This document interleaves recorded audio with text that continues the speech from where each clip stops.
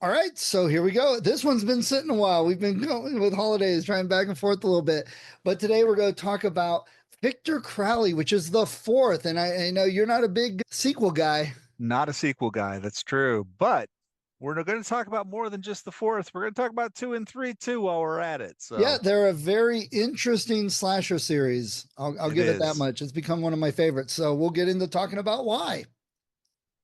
All right, that was a good pause. Let's go on with the rest of it.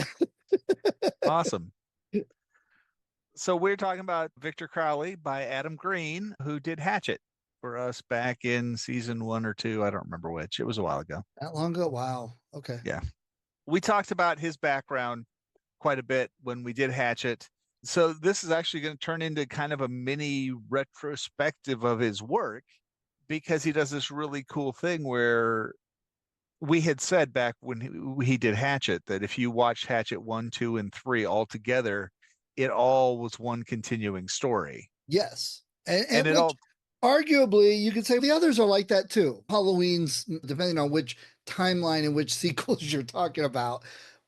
But when we say a continuous story, literally they pick up one right after the other within minutes. it's 2 days total cover Right. those three movies. This one, there was a break in between, but there are still elements that ran through those first three that turn up here. So we got to talk about Hatchet 2 and 3 as Yeah. well. So, Yeah. There's a lot of interesting things they did which defy the normal slasher movie.